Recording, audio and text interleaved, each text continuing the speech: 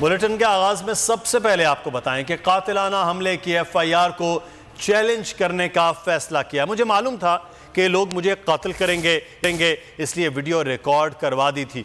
मंसूबा नाकाम हुआ तो कत्ल के दूसरे मंसूबे में वारदात को मजहबी रंग देने की कोशिश की गई। सीनियर सहाफ़ियों से गुफ्तगू में चेयरमैन पीटीआई इमरान खान का कहना था, मुल्जिम नवीद की जान की हिफाजत कर रहे हैं, फौज के साथ कोई लड़ाई नहीं, सिर्फ एहतसाब के मामले पर मसला हुआ।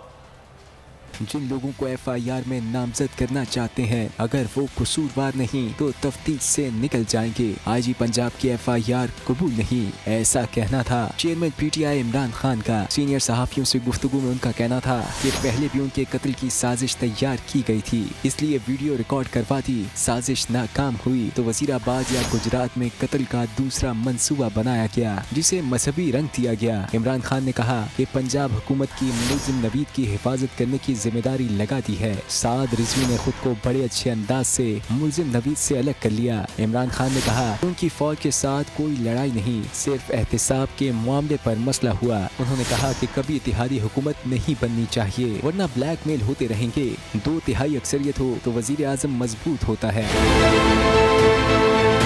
बहुत अच्छी कवरेज की, ये मार्च की तो जबरदस्त कवरेज थी, बॉल की प्रॉब्लम सबसे बेस्ट थी।